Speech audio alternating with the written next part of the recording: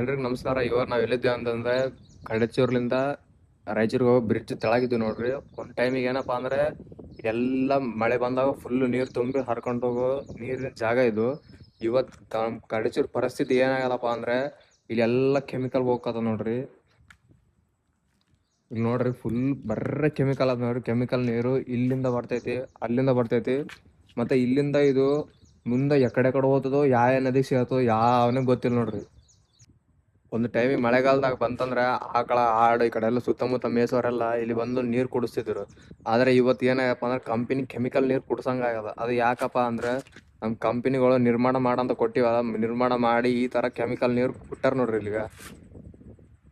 ಇವತ್ತ ನೀರ್ ನೋಡೋ ಜಾಗ ಬದಲು ಕೆಮಿಕಲ್ ನೋಡೋ ಪರಿಸ್ಥಿತಿ ಆಗ್ಯದ ನೋಡ್ರಿ ನಮ್ ಕಡೆ ಚೊತ್ಗ.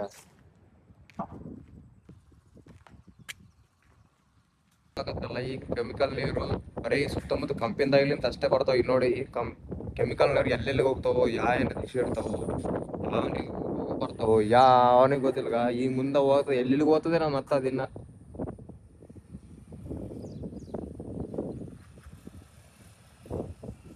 ಇದು ನೋಡ್ರಿ ನಮ್ ಕಡೆ ಹೆಮ್ಮೆಯ ಕಡೆ ಚೂರಿನ ಪರಿಸ್ಥಿತಿ. ಜೈ ಶ್ರೀರಾಮ್. ಎಲ್ಲರಿಗೂ ಧನ್ಯವಾದಗಳು.